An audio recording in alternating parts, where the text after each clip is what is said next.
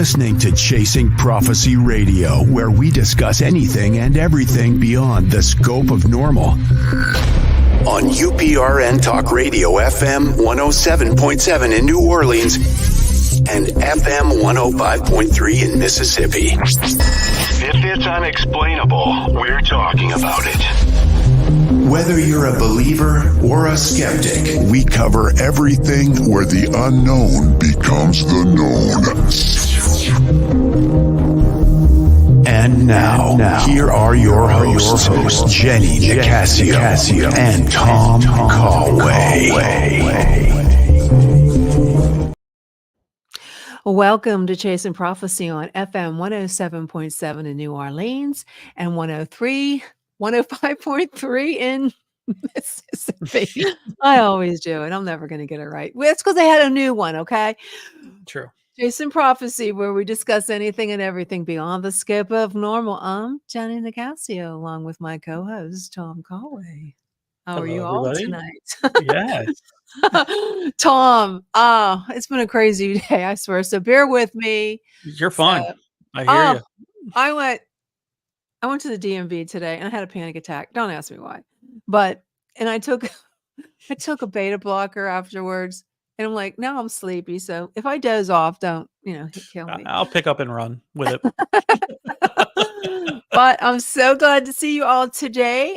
Just to make sure you guys like us, share the link. And I forgot to do that because I was having a day. I usually share the link. So if you can share the link, that would be great. And I'm hoping to have more people in the chat today.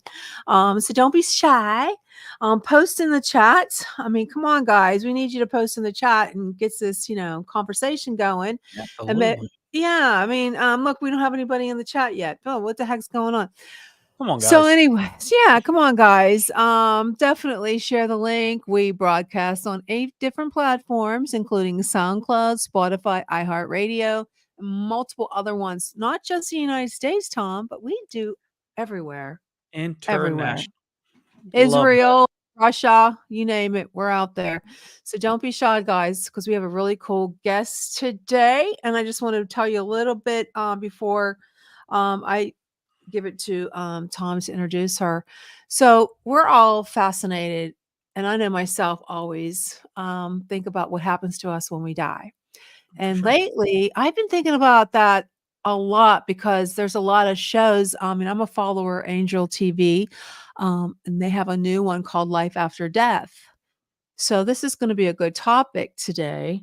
And I just want to let you all know that this is going to be, real. So if you have a question or comment, a lot of people want to know about what happens after you die or having a near-death experiences. Yeah. So I'm going to go ahead and give it to you, and I'll bring your Absolutely. On. And, Jenny, I am one too that wants to know. I'm the spoilers type of guy. I want to know what happens at the end of the movie before I watch the movie, right? So I definitely want to know where are we heading to? Yeah, really where we're heading to. That's hi, Michael. Yes, hello, there's the people. They were a little groggy, but they're coming in now. I'm glad, Michael, that you're here to support us. And Cindy, I'm glad you're here every week after that. Yeah. So make sure you tell your friends about it. It's going to be an interesting show. So are you ready to do your introduction? Absolutely. I'm very excited to do this introduction. Go for it. The floor is yours, my dear. All right. Today we have a wonderful guest, Kathy McDaniel, who's the author of the memoir Misfit, in Hell to Heaven Expat.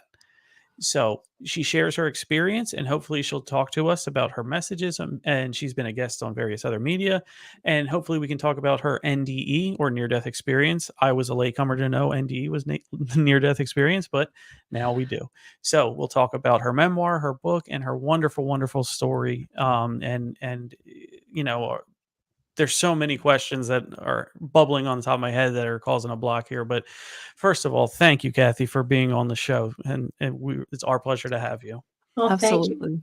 Thank you, Tom and Jenny. I'm very happy to be here. I'm so glad you're here because we have a lot of questions for you. Yeah, I love the giraffe before we get started. That's a wonderful little decorative item in the background there. Anybody can have a cat, right? Oh, yeah. Who do you know with a giraffe? Nobody. I don't know anybody, but my grandbabies love giraffes.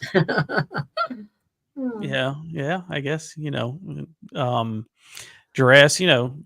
We should never outgrow giraffes. They're always wonderful. No, we They're They're always always looking wonderful. out for you. They are. They are. They really they can look far ahead. I don't know. What's that? What's that It's song definitely about? Oh, never mind. I was going to say that one song about Africa. They have a lot of giraffes there. Okay. Well, absolutely they do. Kathy, so where Yeah. would you like to begin? Would you like to begin? I know I've watched multiple YouTube videos about you. You went and visited a friend and you got ill. You went to help someone. And I should take it from there, huh? Well, take Uh, it from there. yeah. First of all, I guess people need to know I was born and raised a Catholic, so I bought into the religion.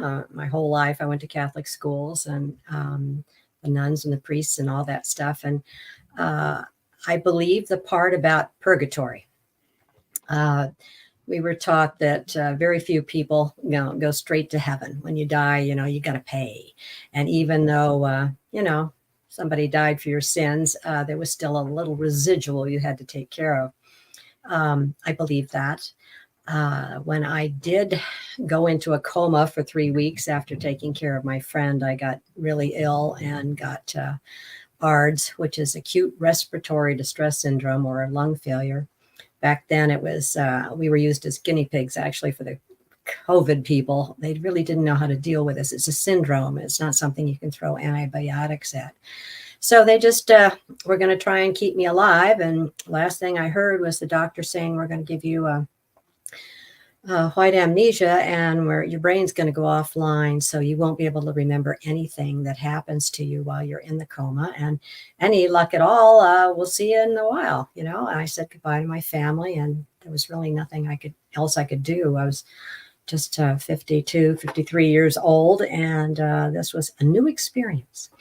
So once they gave me the anesthetic, I went out. And I woke up and I had no idea where I was. It was totally black. There was no sound. I wasn't in any pain, but I was really confused. So I just kind of hung out, thinking something's going to break. I don't know where I am, but something's going to happen. And eventually I started seeing this reddish glow. And I thought, sun's coming up. And I looked, and as I was peering into this darkness, it started getting foggy, and it was reddish fog, and it was swirling around in an uncomfortable manner. And I started hearing people moaning and shrieking, and it was getting uncomfortably warm. And I thought, this cannot be good. And then all of a sudden, out of the fog came this horrible, creepy voice that said, "Do you know where you are?" Oh my God. And my mind was racing, and I thought, hell? And then this, sort of laugh came out, and I freaked out totally. And I turned to my left and I ran into the darkness. And I didn't care if I ran into something. I just had to get away from that thing. And what happened after that is best described as a series of segments. I would be in this darkness, and all of a sudden these huge bright lights would come up, just kind of alarming. And I would be in a situation that was dangerous, creepy, scary. And I would be in that situation until it came to a point where I had to make a decision to either follow the orders that I was given or say no. And that's the misfit in hell thing. I kept saying no, and I would get sent to another place. The first one that came up was, again, I had no idea where I was, and you don't feel dead. I mean, you're your spirit. I like to liken it to our bodies are a car. We get in the car, we drive around. We are not our car. We get where we're going, we get out, and we're us. Well, that's what your soul is, your spirit, whatever you want to call it. That's you. This is what you're in right now as a temporary housing. So anyway, I'm this lights come up, and all of a sudden I'm in this completely like bombed out city, and there's people screaming, and there's fires, and people running around, and you just kind of imagine yourself waking up in that situation. Oh God. I was terrified, and I thought, Yeah. oh my gosh, I've got to Definitely a find nightmare. someplace safe, So I ducked down behind some concrete, and then there was weird things that were going by, and I weird looked like people out there. It was dim. I could hardly see anything except for like that reddish glow, like there was fires someplace. But eventually I tried to get out, and I jumped up to get on over a concrete fence, and I fell backwards, and I thought, oh Lord, this is going to hurt. And boom, all the lights went out, pitch black. Boom, the lights come up. Now I'm standing there, and there's this demon, and there's just no other word for it. He looked like Bigfoot, but ugly and unkind, and a big stick. And it was interesting because I just froze, and I thought, how did I get here? What is this? And what's going to happen to me? Yeah. And he just leaned over and said, you want to get out of here? And I was kind of shocked because I kind of expected grunting or something. And I said, well, let's play along. I said, yes, I do. And he says, well, I've got a job for you. If you take care of it, I'll get you out of here. And I thought, this is so nuts. I'll just say, sure. And so he waved his arms, and the lights came up, and there was this huge like acreage of blackberry vines, huge vines. And I stared at that, and I thought, oh, Lordy, we've got those in Washington. I've tried to get those out of our, backyard, and that's difficult. And I kind of looked up at him, and he says, all you got to do is cut all that down for me, and then I'll see that you get out. And I thought, it's impossible. What? And so I thought, well, I've got no other options, no place to go. Sure. So he handed me little scissors they give to kids to cut paper, and starts laughing. And It'll take you forever. Funny guy. Yeah, that was the point. And so I knelt down the best I could, getting all scratched up, and started gnawing on one of these canes. And I was able eventually to get it to snap off. I went to put it behind me to go to cane number 2. And when I turned back around, that thing grew back right before my eyes, 20 feet. Oh. I looked at this guy, and Wow. he's just belly laughing. It's so funny. And I said, okay, sport. I thought I'm not going to give him the satisfaction. He said, just despair. You're not going to get out of here. This is it. You're here.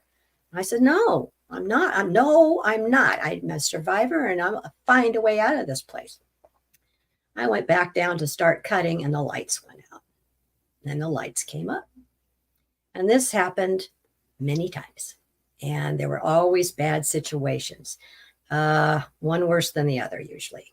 One involved a hospital where they were doing terrible things to women and their formerly alive babies. And I was a pro-lifer, and that was like awful for me. Okay. And my job was going to be to help out and to carry the poor little babies from one room to another. And I said, you know what? I did it one time, and I said, I'm not going to do this. This is just not something I'm not going to do.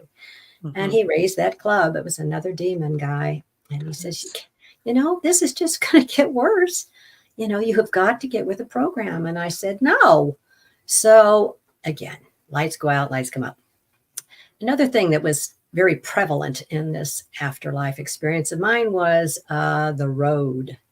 And the road I just landed on one time, and it went one direction, like east and west. Who knows where the hell the directions were? But then ahead of me was just the horizon with the smoky sunrise looking thing. No stars, no moon, no signs, no watch, no GPS. Just kind of thought, well, I'll turn to the right and go down this road. It was just gravel or dirt. And then the landscape was more dirt. Sometimes it got kind of nice. You got a couple of rocks, but most of the time I just spent looking over my shoulder, looking around to make sure nothing was creeping up on me, thinking there's got to be a way out of here. I mean, why? How did I get here? I don't know, but I have got to keep going. at one point, just about the last time I had a sense of humor moment, was walking and forever on this road, and then thinking that it was just, maybe it's a giant treadmill and I'm not really getting anywhere at all. Something uncommon to distressing near-death experiencers is seeing people that are alive in your experience.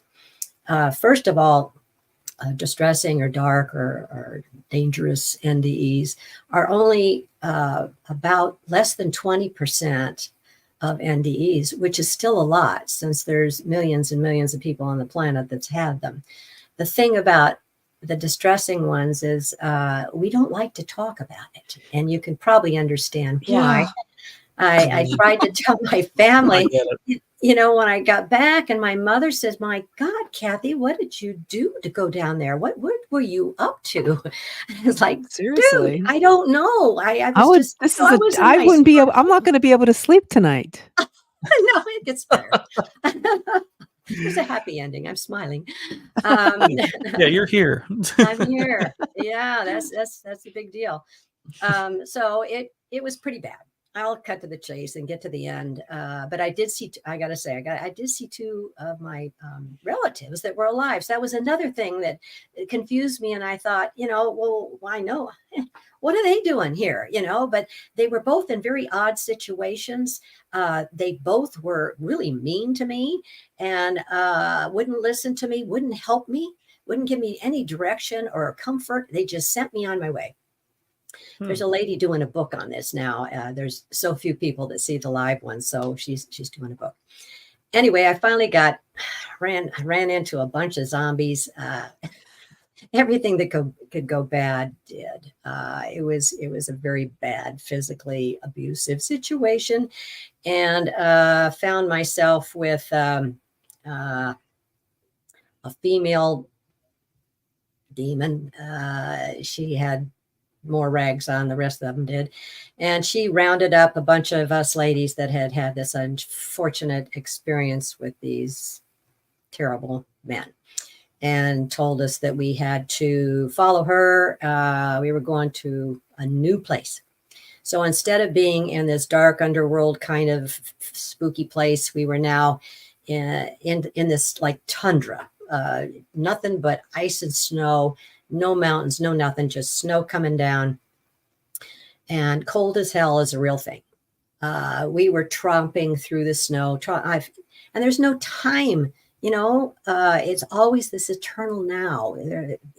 It's just bizarre. It's really hard to describe.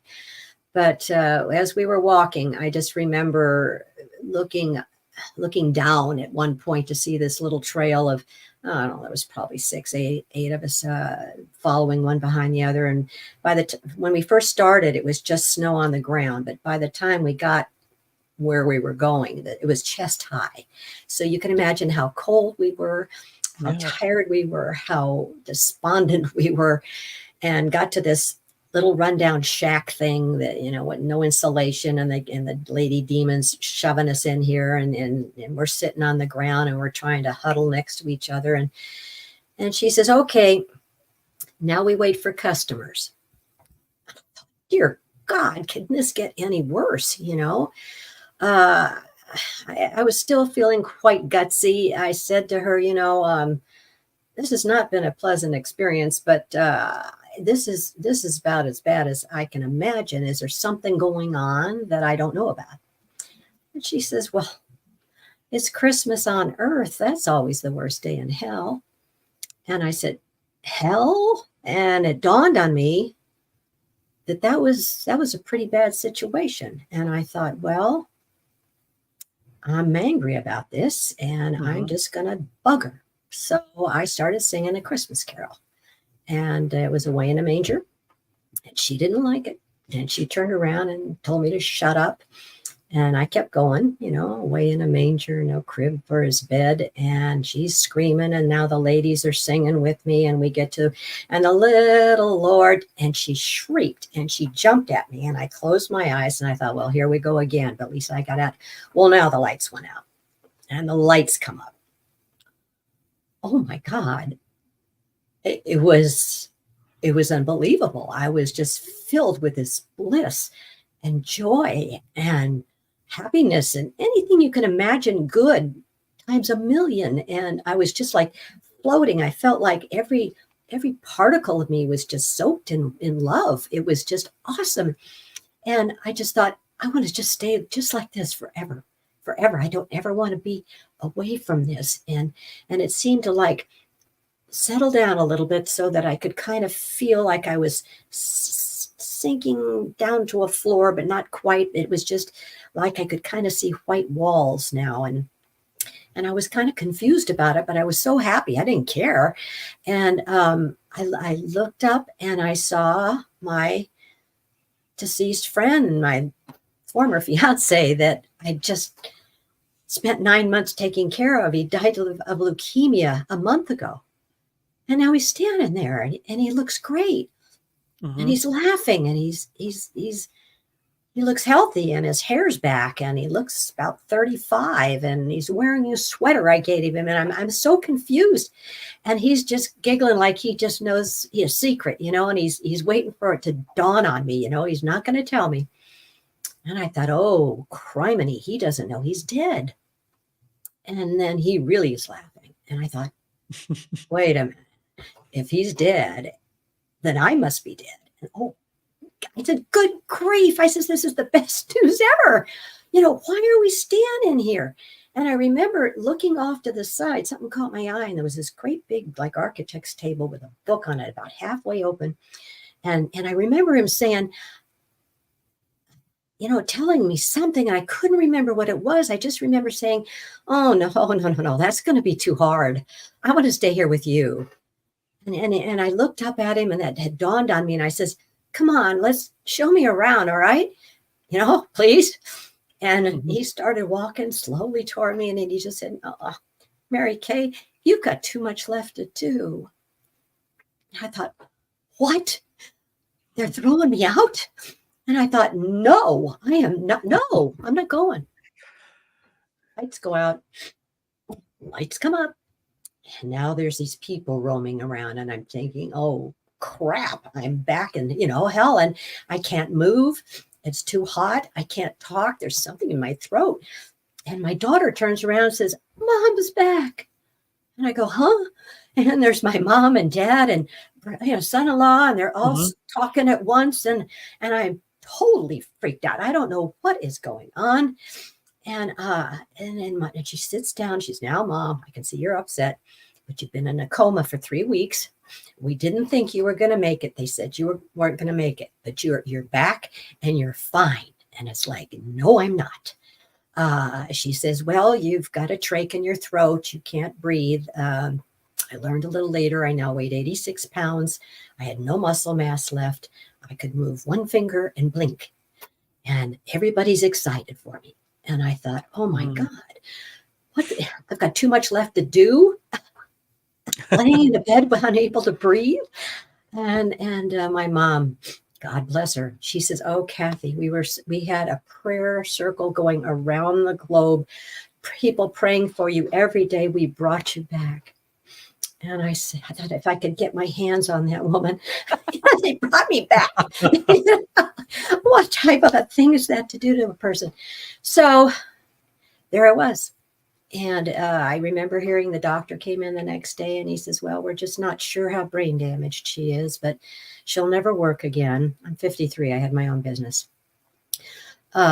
She might be able to drive a car. She's going to need to live with somebody. And I'm listening to all this thinking, which one was the worst hell, Yeah.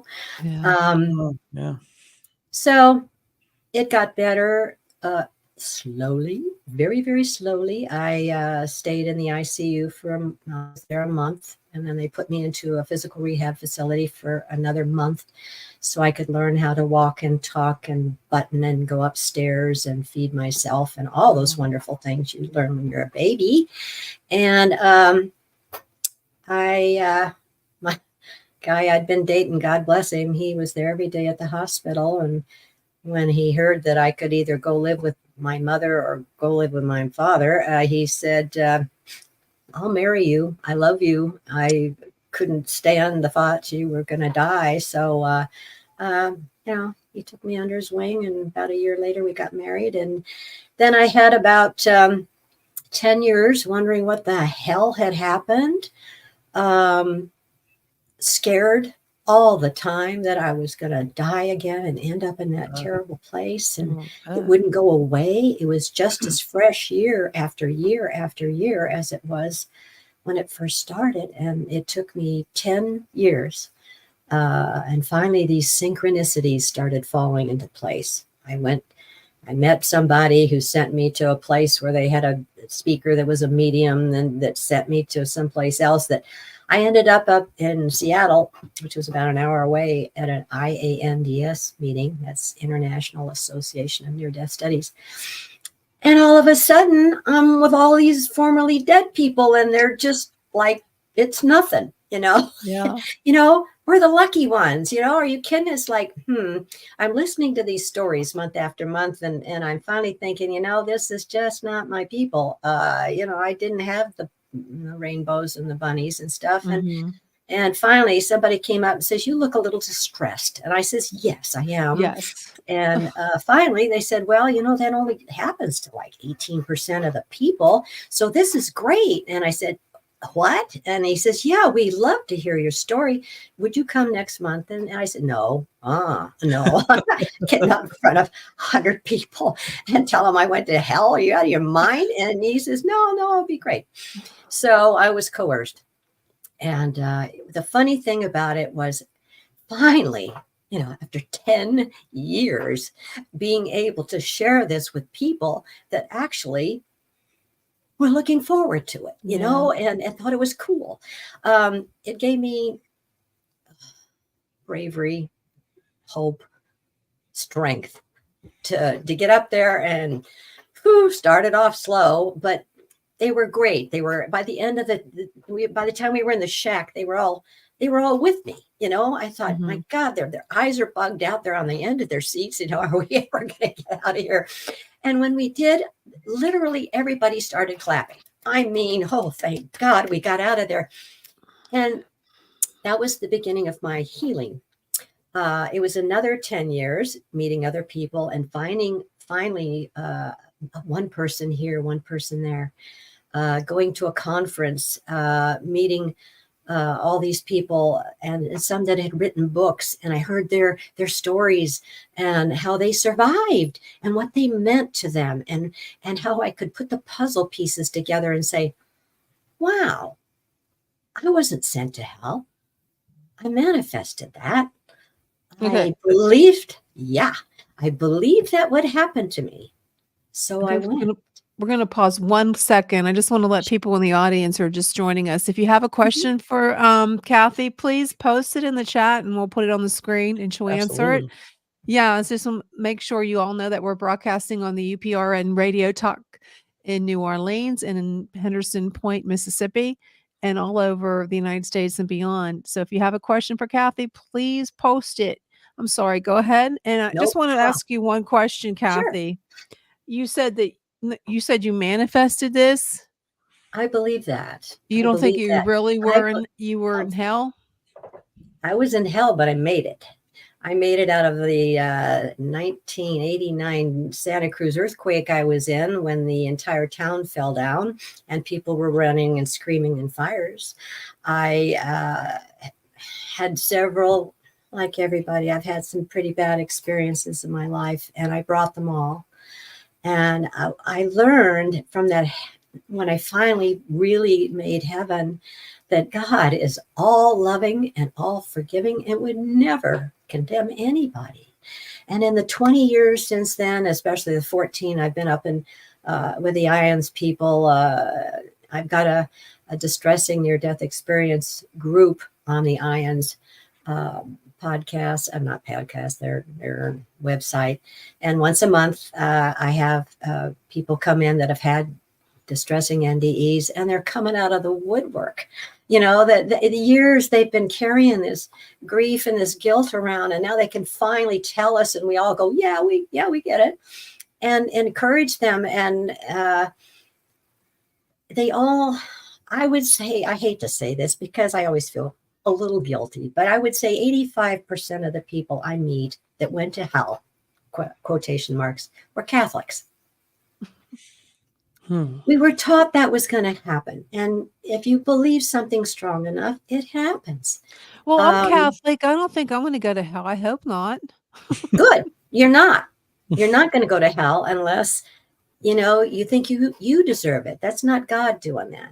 What does happen, and I wasn't there long enough, and I've talked to hundreds of people and, that have the life review. And that's really a, almost pleasant experience. You're there with you've got angels and guides all around you. Everybody does. And you're up there with them and they say, okay, let's see Kathy's life, roll them, and you get to see like a movie from the time, I'm told, you're conceived at the time you die, and you get to see everything that happens. They flip it around then. And the not so fun part is you get to experience every interaction you ever had with another human, animal, whatever. So that if I was totally mean to you one day, you really needed some help, and I just told you I was a little too busy for you today, I get to feel your disappointment. I get to feel how hurt you felt with me being that rude. That goes all the way up the chain. I mean, to anybody who's, murdered or raped or, abused children, you get to feel their terror. You get to feel their pain. That's not God punishing you. That's karma, man. That's you experiencing your own life. The other cool thing I found is that we plan our lives. I mean, we're all souls. We all belong in heaven. We're part of God. We're part of consciousness. And we choose to learn things, to have experiences. And we can come to Earth. We can go to other planets. We can go to other galaxies. Eternity's large.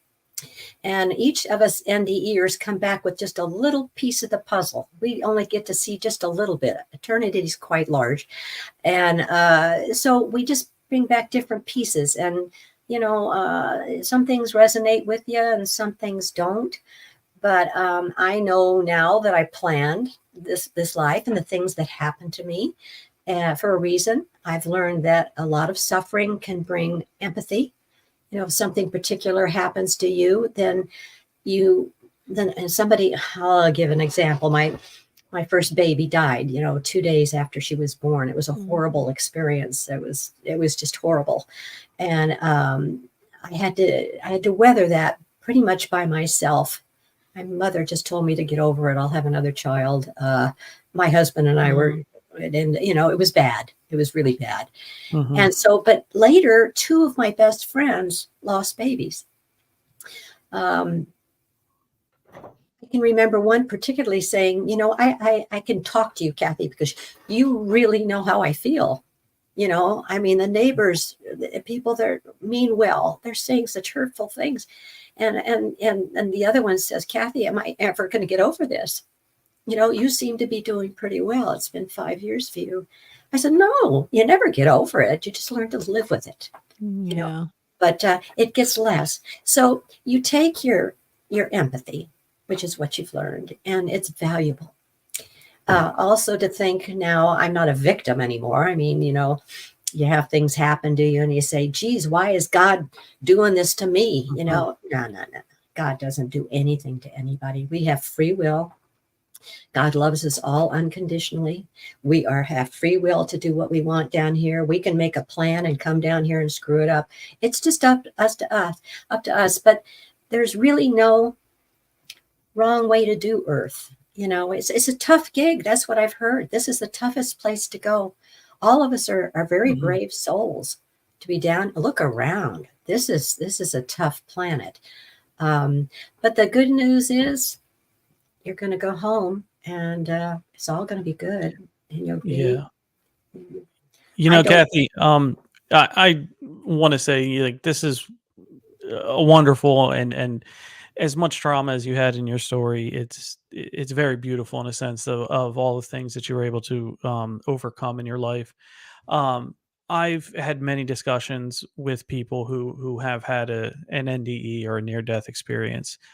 And what's fascinating to me about it is that all of you guys and girls sort of tell the same story, right? Now, your ND might be different than someone else's experience, but everything you talk about in the afterlife, again, like you said, a little piece of the puzzle, but it still fits within that puzzle. We plan this life before we come here. We don't have to come back here. We can go anywhere, to any planet, any, galaxy, anything like that. And also the pure absorption of love in your soul, when you have your glimpse of God, what God is to you. Um but one thing I wanted to ask you is, one thing that I've heard is that karma record, right? The karma cycle, and getting your karma to be offset through your past lives. And some believe, that I've talked to, that that's what your mission is. You have to learn things, or pay your dues for other lives that you might have had to live in your soul. When you talk about karma, what do you mean by that?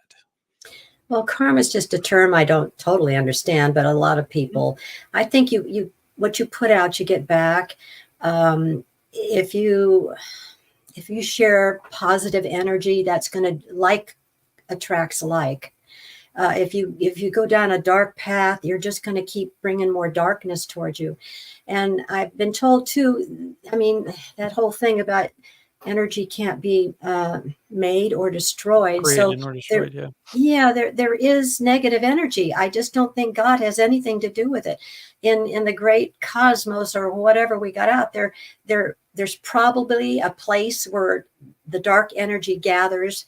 And you can go to that. I mean, some people just don't like to be good. They enjoy being evil. So when they pass over, I would think,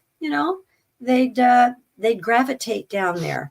I think people can be, redeemed is not the right word, but they can be saved if they want to. I think I'm told they can have that help if they have a change of heart, if they're tired of being in that area.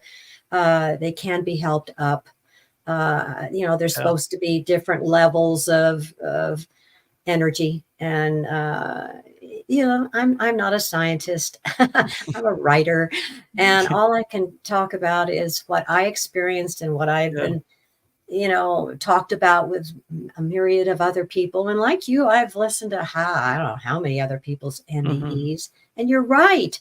The thing about the conferences is there's, I can't remember, like 500 people or more at these things. And the energy there is so positive that you don't want to go home. Can we all just stay another day, because it's so up. And, you would think if it was a bunch of dead people, they'd be scared to death to go back, but we can't wait. It's home. And no, it's true. You guys have such wonderful positive energy. Cindy Simpson has a wonderful question. So when you were talking about how you manifested, hell from what you believe is all the negativity, she wrote, so we need to always have positive thoughts so we don't create negativity upon death. What's your reaction to that? I recommend it. I really do. And, after I got back, I was so scared of going again. And it took months of prayer. And finally, God in his mercy sent me this saying. I said, what do I need to do that's positive? I'm so sick of the thou shalt nots. And he said, be loving and kind, merciful and forgiving. Encouraging. If I could just jump in, what would Yes. you say to the idea of, I'm tired of thinking positive all the damn time. Nothing happens, nothing goes my way, this and that attitude. I'm tired of thinking positively. It's not going to help me. What would you say to somebody who has that maybe a mindset? You've got free will, pal. Yep. You're going to make your own nest. So, the power of positivity and positive thought. Do you think there's a little placebo effect? Do you think even if you don't feel that way, just think positive? Well, what we say is it's all good. Okay. And if you can let go of the world, the news, I hardly ever watch the news. And think if just to be sure that God loves you, period. Yeah. It makes you so much lighter, and it's true. And there's so many of us that have been there, and can't wait to get back. It's wonderful. Do you think with your, the negative things that happened in your life, do you think that's where your manifestation come from? You know what I mean? Yeah. The bad things, is that where did that lead you down a path of thinking negatively upon your death? Would you, if we were to, take a 1,000-foot view or an autopsy of it, do you think, your hard life had, created that for you? No, well, look, it's so different before and after. Now I know I planned all those things, and I can see, I'm 77 years old now. I can look back and see what good came out of those bad things. And hindsight's always 20/20. When you're in it, it's hard. But now when I'm in something like that, I really have to let it go and think, Kathy, you plan that something good will happen. Trust that this is going to be okay. And it will be. I just know it will now. I don't have to have faith anymore. I know. Well, I'm still a little confused. Okay. I don't know if anybody else is. I'm just a little confused. Like, your experience with the demons that you talked about, they weren't real. They were just something in your mind that you created. Everything is in our reality is not real. This is not real. It's a play. Wait, what we're doing right now is not real. It's just television. It's what's real to a human, but we're spirit. Mm-hmm. So when we choose to become incorporated into a body and live on a planet, we have to play by the rules. And reality is what we understand this to be on a day-to-day basis. But the real reality is that this isn't the reality. Somebody, who was it? Bashar. I don't know if you know he's a movie producer that when he was a teenager, he came into a close encounter with a UFO. Ooh. And not once, but twice, but 3 times. And then he learned how to channel the alien. Yeah. And during one of his when he was channeling him, and he does like group, like sort of like what you went to, but he's the speaker. Yeah, he's the alien, and he was telling through his people could ask him questions. Cool. And then they asked him, I think we talked about this, Tom. They asked him, what happens when you die? And he said, basically, it's like you wake up and say, wow, that was a really cool dream. Yeah. And that was reality. Right. See, I don't think that has to be like different. That? Yeah. That sounds fine to me. Yeah, you wake up. Yeah, and you're very happy. You were very happy. Yeah. Cindy with the wonderful questions. Cindy, thank you so much for your questions. You always have great ones. Do you think maybe you didn't forgive and forget enough to keep you from the negative experience? Once you learned to be spiritual again, you accessed the amazing side of heaven. Well, that's a good question. All I can say is I really think I was a pretty brave soul to choose to have this experience and not just die and go to heaven. I think I chose this experience so I can come back and tell people, don't be afraid to die. It's an illusion that there's, a hell, that God is going to send you to hell. That's the message. God will not send you to hell. I think people, if I died, I'd just gone to heaven. I don't think I'd have gone to hell. I think that was something I chose so I could come back and tell people, skip the trip. Don't believe you're going to go to, don't believe that God's going to punish you when you die. Don't believe you have to pay. You don't. This is just a learning experience down here. God gave us free will. God's not going to do anything but love you. Thank you for that, first of all. But can I ask, I guess, a theoretical question here? If you were unafraid to go to hell, wouldn't that be a dangerous message to have in this realm? You know, Dangerous in that people will go do well, I don't anything have they want. punishments. Maybe I can go, yeah, I don't know, kill somebody if I wanted to. No, You know what I that's mean? fine. The usual question is, what do you think happened to Hitler? And if Mhm. you ask any of us, we all got the same answer. He gets to experience and feel every bit of terror, horror, pain I from see. every single person that he inflicted this upon, and their families. And he's probably about halfway through his life review about it. So, do you think there is some level of atonement here, right? But it's something that you've brought upon yourself, When it's something you brought upon yourself.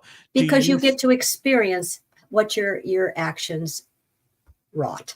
could your version of hell, instead of being a manifestation, have been your atonement? My manifestation was an illusion. Okay. Okay. So your God manifestation, didn't make that. I made okay. it. You made that. And I think Um, that if I died and stayed dead, I wouldn't have had that experience. Like I say, I think I chose that so I could come come back back. and help people, not fear death. When we come back, a lot of us go work for hospice.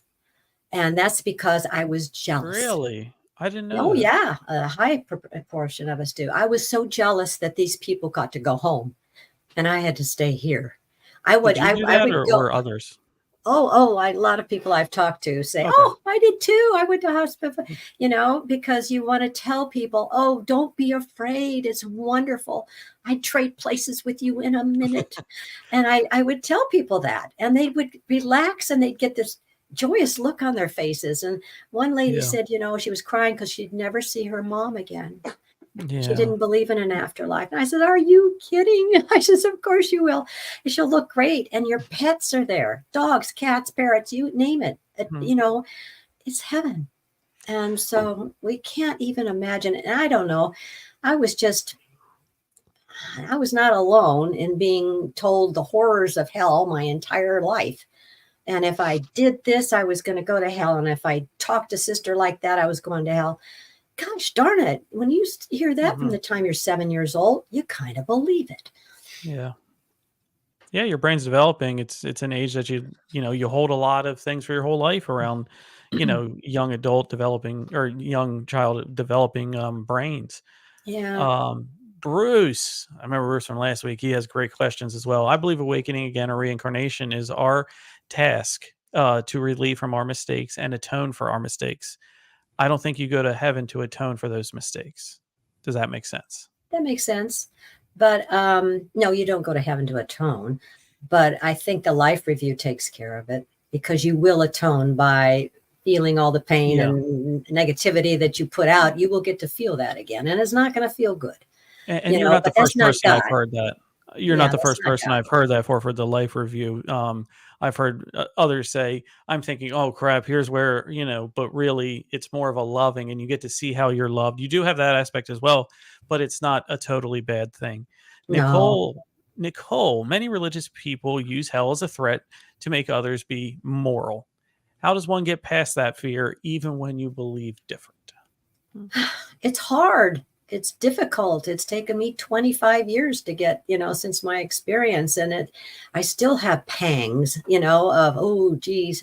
But then I think, you know what? I'm going to feel that pain. And maybe I guess, I don't do things like thoughtlessly like I used to. I think about things. Is this a loving thing? Is this a kind thing? If that's all you remember, is to be loving and kind, your whole world changes. Mhm. We just have to try. We can't be perfect. We're human. We're not supposed to be perfect. We're just supposed to try. Mhm. Absolutely. Yes. And she mentions, as you said, the threat of hell is pushed down your throat. It is. Nicole, You best know, middle name ever. Good middle name there. But yeah, it is. yeah, And it is. And it's not just in the religious realm, too. It's also society based. You know what I mean?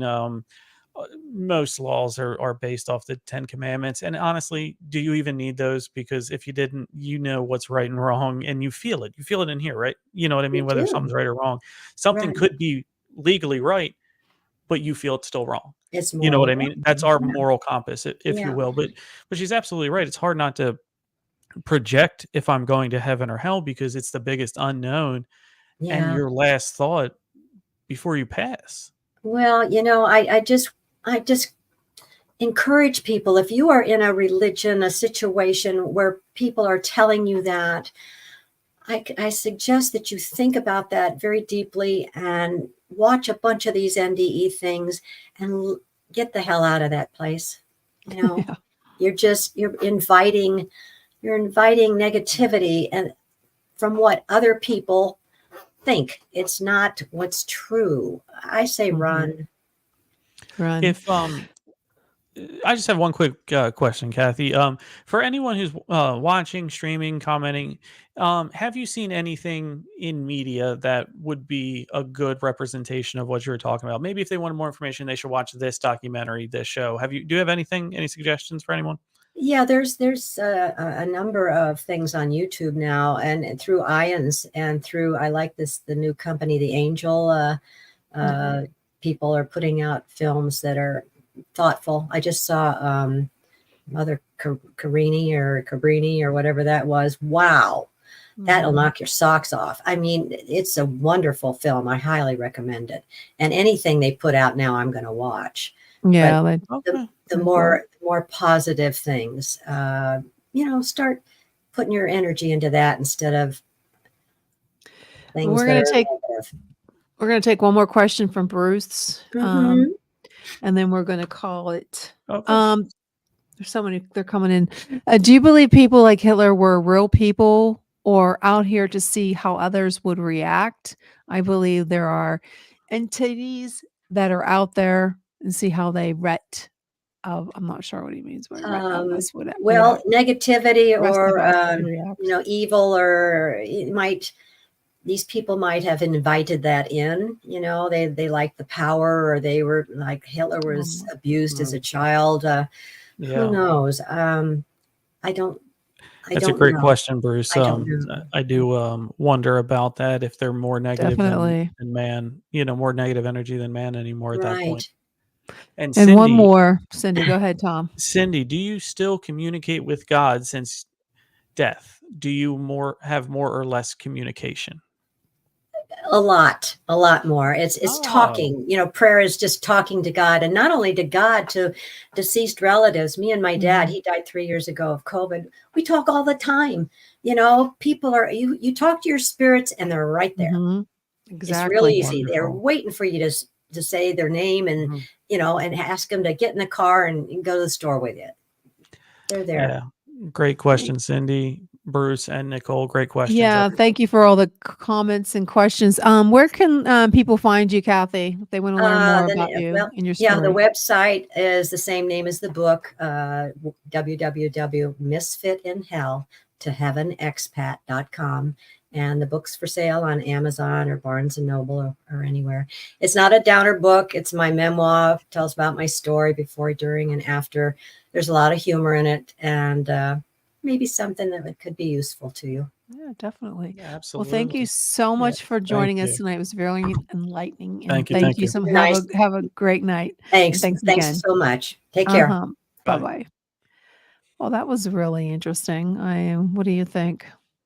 Very interesting. I've talked to a number of NDEers, and you either there is no medium ground with them. It's either you believe them or you don't.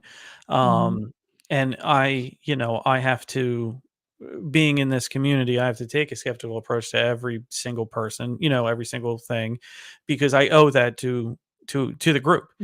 But one thing I can't get around is, man, they say the same thing. They all have the same story that keeps coming back to the same things: the Akashic record, the life review, the all-knowing lifting up of love, and now hers was a little bit different in terms of, I manifested hell versus hell as a real place. I've talked to people who have passed on and came back, and through their travels, is saying that going into the light is is exactly the speed of light, and getting into the fifth dimension is the lowest level of hell, and then you can go up from there. Mhm. So she didn't say anything about that in terms of dimension, but I have heard from others that hell is actually a real place. It's God wants your soul, or whatever your definition is, wants your soul, Mhm. and the anti-God, so devil, whatever you want to call him from religion, wants your soul. And as long as you don't give your soul to the devil, you will go to heaven and then atone for mistakes to get higher and higher levels uh, of heaven. So there was a little difference there. I believe, and it's her story, and she can, believe anything she wants. It definitely sounds like maybe there was some atonement. You know what I mean? And I understand that we sign up for, from what she believes, you sign up for this Mhm. life before you get there. I'm coming around still on that. I think maybe if anything, you would have general guidelines, but not a correct way to live your life, because who would sign up for all of that if you're in eternal bliss? Yeah. Um, yeah, I've heard of coming back from hell to get your life in order. See, at that rate, why bother? Yeah, really, why bother? Not to be down or anything, what do you're It's going, kinda too I can late. understand that, right? I can Mhm. understand, hey, you're going to be here if you don't do X, Y, or Z.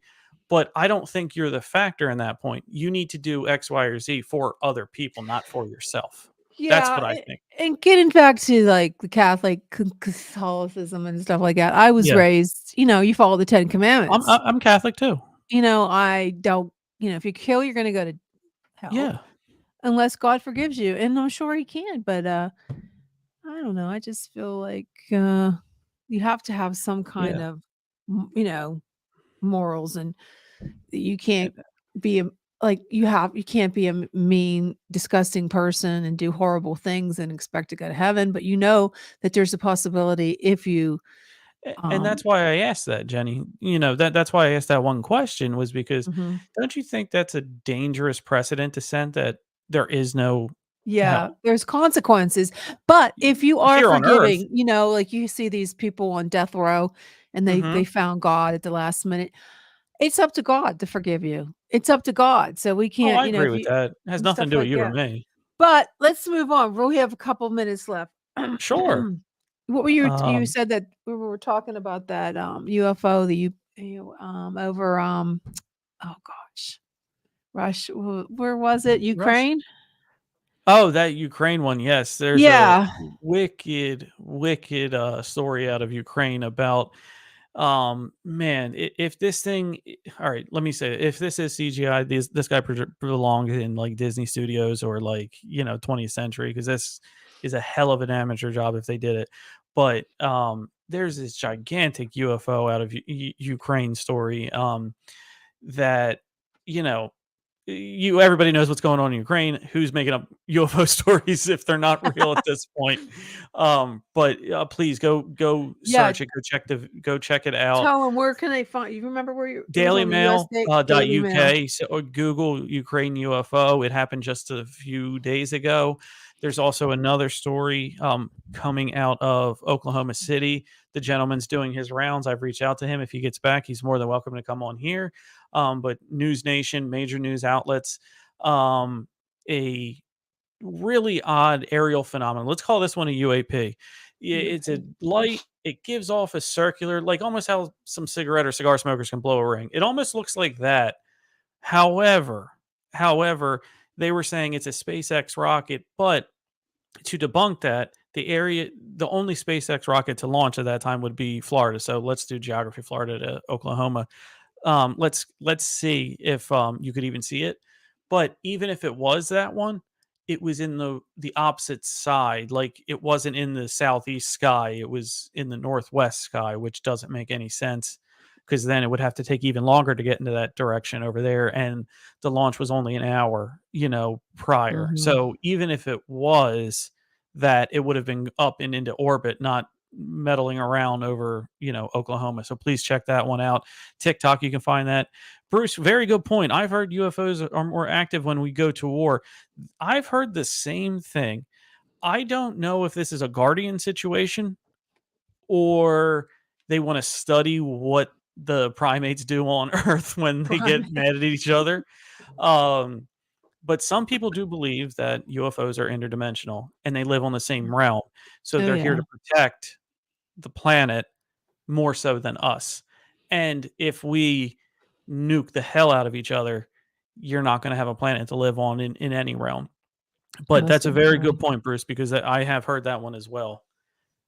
Yeah, we're gonna have to pick this up next week because we have our Damn Leslie right. Shaw on, and we're gonna talk about all kind of UFOs and weird stuff next week. So just make sure you check us out next week, same time, same channel. Okay, but right. it's great to have you all here tonight, and I hope to see you next night and next week. And here we go.